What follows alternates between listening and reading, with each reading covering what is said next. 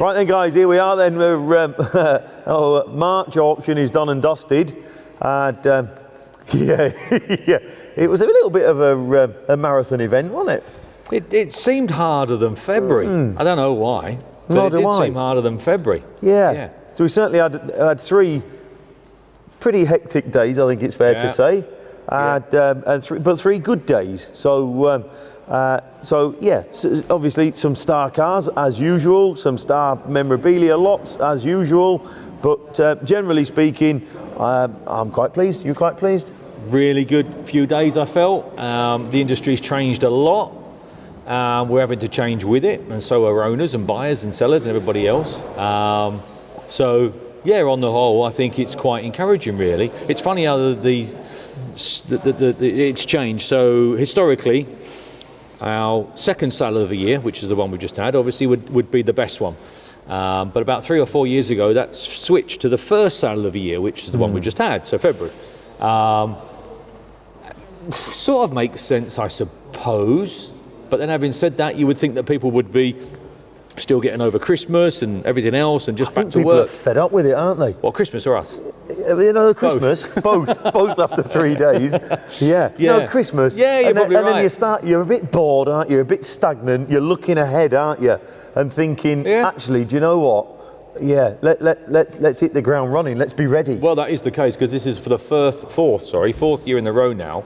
The initial kick-off February sale has been the better one. But having said that, I've got some figures. We're not that far behind, you know. Did you know where we are? Well, I have a rough inclination, don't I? Because I obviously bounce between the rostrum and the provisionals office. So I have a fair idea. Yeah, but go on. Well, 79% or thereabouts sold. But that's good. That's good. That's now done, finished. Yes. We've now got the timed auction running. Yes. Which runs until Thursday. Yes. So that would hopefully, I looked last night, there was some bids on there already for different things. I would think that would push us up to mid-80s. Right. Yes. By the time we finished, which I think is a fantastic overall percentage. Yeah. People say you don't sell everything then. I said, well, if you sold everything, you're not looking after somebody, are you? Either the buyer or the seller or both. I don't know. You know, you put 900 items with us with no reserve, and we'll sell every one. That's right. Yeah. But it's all about management, isn't it? And making sure that everyone's happy on both sides. Meeting expectations. And I bang on when I'm on there, don't I, about conversions of provisional sales. Yep. Yeah. And the team, which you're part of, but the girls there converted 216. That's good. 216. You won't know how many we had. No. Because as a rule, if we convert 200 and how many?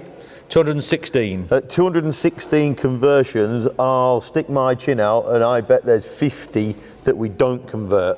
The ratio is so great, you know.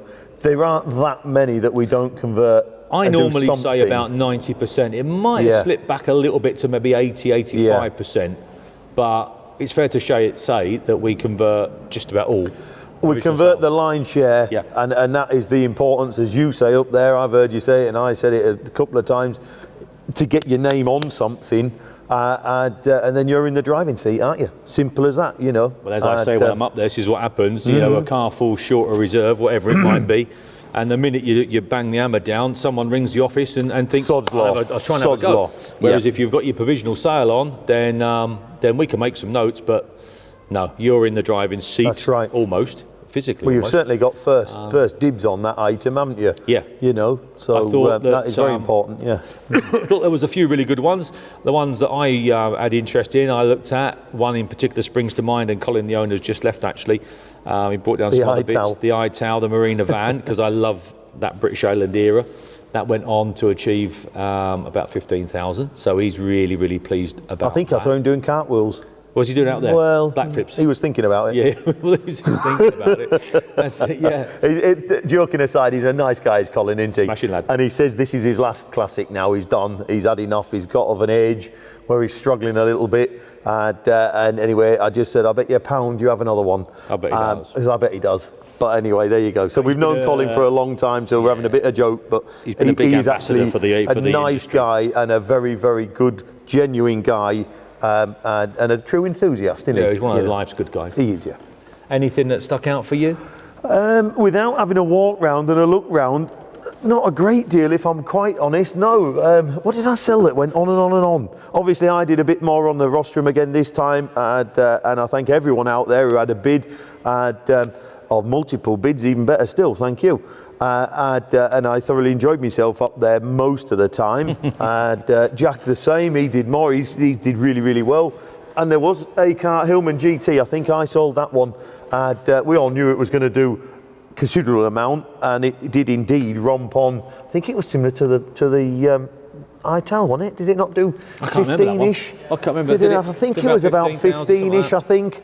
And I looked down at the Spanners guys, and he's like, "Yes, go on, sell." So I thought it did really, really well.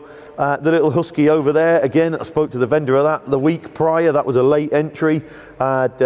And it came in and it did more than it certainly more than we all thought it was going to do. So yeah. And there was one that I went on to hundreds early on because I thought we were about there, and I slipped up and went on to hundreds, or I had to, because sometimes if you've got some figures on your sheet, it was to meet your increments. Yeah, I think I was behind you. To meet your sheets, to meet where you are, to make sure it's all fair and transparent. You have to maybe just go that extra 100 just to sort of tick a box for that particular person who's not there. And then that set off a chain, which then went on for about 3 hours, I think. Yeah, where I think we crept all the way up from something like 7 to 14,000 or whatever in hundreds. Yeah, it's bad enough when you're doing it in thousands, let alone in hundreds. But anyway, we had a bit of a giggle, bless, and I think it was, and then right at the very end, another one came in from out the blue, and it was a lad from down in Kent, I think, wasn't it? And I just said, "Don't you let me down here, Kent, because you've taken me all the way up here." Yeah. So that was good. To be fair, we had a bit of fun at times, and it worked out really well. What we are extremely, what's the word to use? Proud of, or in awe of. I don't know quite how to put it really, but it's the guys that tune into this and 170 humbling 170 odd thousand of you tuned in over the course of the sale, which they clearly haven't got enough going on. So no you need to get out more, guys. No, you don't need to stay in the watch channel. And I think the most usually one of that terminology you just used, I think the most humbling bit of all was I was told, and just this morning, that one of the main hospitals in the country had it playing in their waiting room. That's brilliant. I suppose hoping it was going to drive those that were in there out, and they think they'll. Unless you were desperate to be in, you wouldn't endure it. Off you go. I'll go home. I can't put up with this anymore. But anyway, maybe that's the NHS's secret plan to reduce waiting time. To basically put a load of white noise out there and drive them out. But no, in all fairness, apparently it's in the waiting room, and there was a load of people in the waiting left room. with no foot, but he said, "Oh, it's not that bad. I'll wait till next week. I'll leave it. You can't stand him anymore." But that says something, doesn't it? When it's being played in a waiting room in a main hospital. I mean, I think I don't know what it says, but anyway, No, brilliant. Well, they've got to watch something while they're waiting, take their mind off it, wouldn't it? Absolutely. Yeah. So that was good. I think that was the highlight of my weekend. I think hearing that. I think just that bit of feedback. Yeah, I think that was great. That absolutely mint. Yeah, who else can say that? What other auction house can say that? We were in the hospital waiting room. What other auction house can say we had 170,000 people watching, and some of them were even in the waiting room? Yeah. No, I think that's absolutely brilliant. So thank you ever so much for that, guys. We really do appreciate it, and we try and keep everything as transparent and as fair as we possibly can. And light-hearted as best we can. Yeah, exactly. Life's there has to be a serious element, of course, doesn't there? There always is. But we do try and keep it fairly light-hearted, really, Exactly. There's no point in going too balmy, is there? No, quite right. So all in all, good sale. We've hit the ground running again today. Today, first day back, obviously. Well, not that none of us had any much of a weekend off. I was working again. But yeah, we're already building up for April. There's some really interesting lots coming in for April. Yeah, you would say that one. No, there is. There is. I've got a lovely 9,000 mile Bentley coming in. I've got 1 or 2 different Defenders coming in. Aston Martin DB6 there that's arrived, ready to go in. There's some more Aston Martins and some other bits and pieces in Unit 2 over there, all waiting to go in. Amy will say the star of the show is going to be her little Audi.